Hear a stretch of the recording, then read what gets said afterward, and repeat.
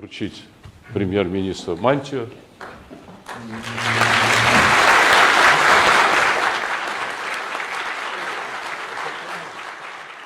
And I am very fortunate that I come from a region, Malaysia, and Asean, the most peaceful sub-region in the world. And ASEAN, the most vibrant economically, fastest growing economy in the world. Why? There's peace in the region. We establish extremely close relationship with the leaders. Any issue, say Myanmar, we say, well, we have to find consensus. When I decided to go to Bangkok to meet the military junta and the opposition prime minister, the two prime ministers in the same country, I consulted all leaders of ASEAN. Can I do that? Because there was a terrible earthquake, that they need to have a ceasefire, that we need to have humanitarian efforts. And without exception, all of them, Singapore, Philippines, Brunei, Indonesia, Vietnam, Laos, Cambodia, Thailand, all said, please proceed. And after that, I immediately called them to tell them about the level of success and engagement that we have. So I'm not saying that this is due to one country or Malaysia, no, but because of this trust and comradeship and engagement between the leaders of ASEAN. And I'm very fortunate to be given that trust to coordinate the efforts. So do not fear innovation, creativity, and the preparedness to state what is right, what is just, what is honorable. Now, I state this because we are in a geopolitical flux that casts a shadow not only on security issues, but on trade and economic cooperation. You know, there is rise. Can you imagine in 2025, after all the GATT and WTO and multilateral arrangements, now we have the rise of protectionism, arbitrary imposition on tariffs, unilateral sanctions, and economic decoupling that threatens the entire system that the world has somewhat agreed upon. So for a trading nation like Malaysia and my colleagues in ASEAN, this is nothing short from existential threat. We are a trading nation. We have become one of the hub for semiconductor production chips in the region. And of course there's a production, both at initially the back end now, advanced design, advanced packaging, and suddenly we are threatened with this. So that's why we must continue to promote this sort of understanding, MGIMO, for what? For world order, for understanding, for peace, for collaboration, for open trade.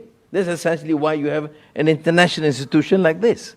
Why Rector Tukanev, I think this morning alone, told me about at least 6 times about the need to enhance cooperation and collaboration. After this speech, he will say for the 7th time. But he is saying something which is appropriate and pertinent, that the days of protectionism must be over. So it must be a rule-based world order. So I represent my colleagues in ASEAN fostering this issue.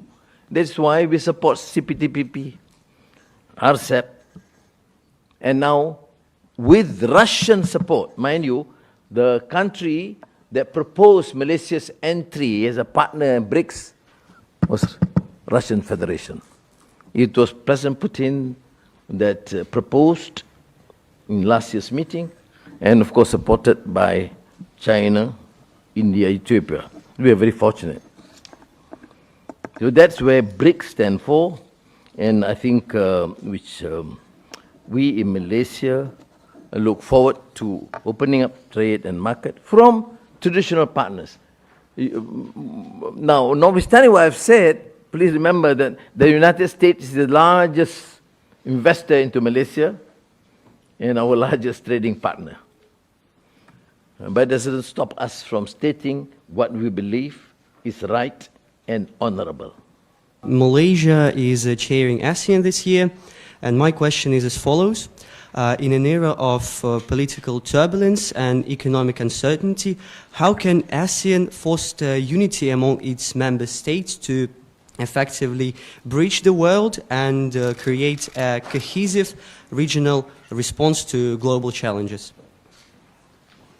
Who told you to ask such difficult questions?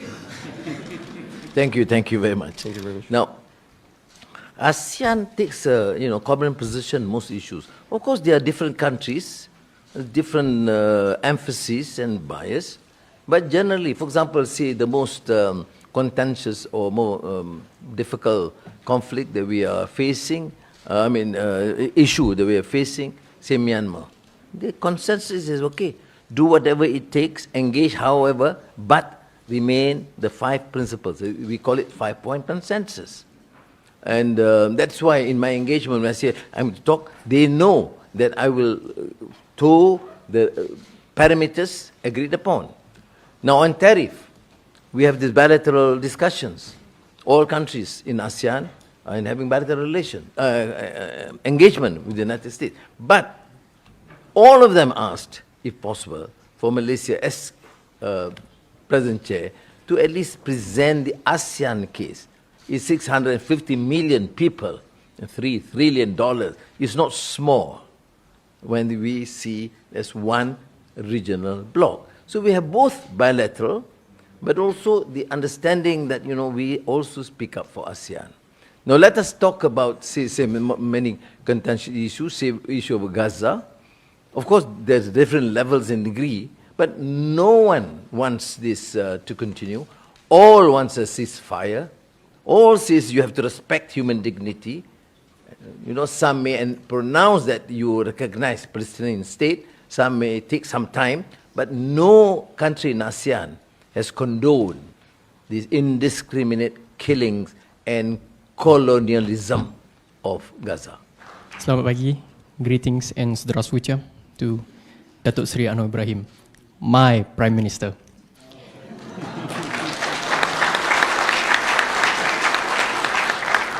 My name is Adam bin Amri, and I'm also a master's student here. I'm a master's student here in the Russia-ASEAN Strategic Partnership.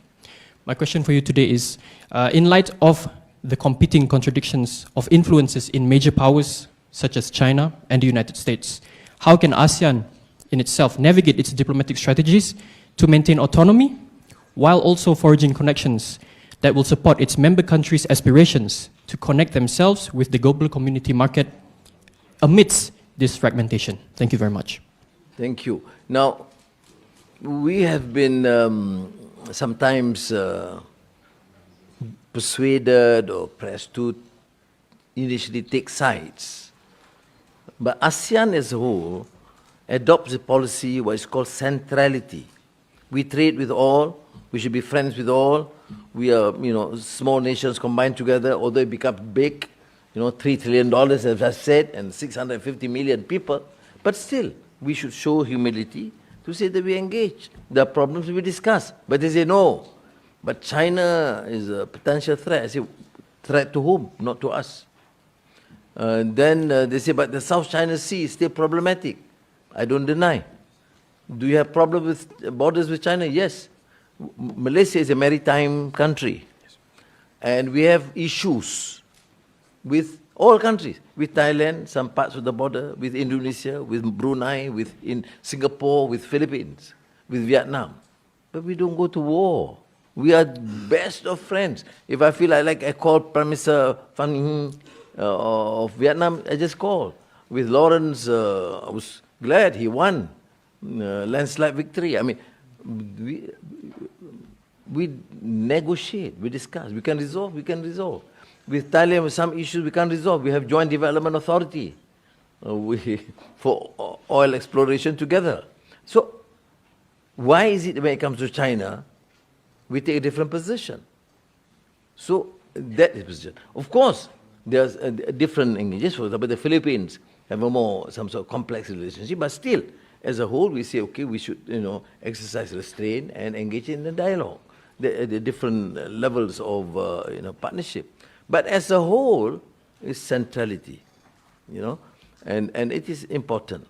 At the end of this month, Asean will have a special conference with Gulf countries, the 6, and China for economic summit. Oh, they say, but you are biased now to China. It's not true, because early this year, I wrote to President Donald J. Trump on behalf of ASEAN. I said, we want this United States-ASEAN meeting to go ahead. So it is very smart, You write to Trump, can we meet, ASEAN, United States? Then you go to China, can we have a session? And I'm here in Russia, we are great friends. That is what I think geopolitical relations is all about. Okay? Terima kasih.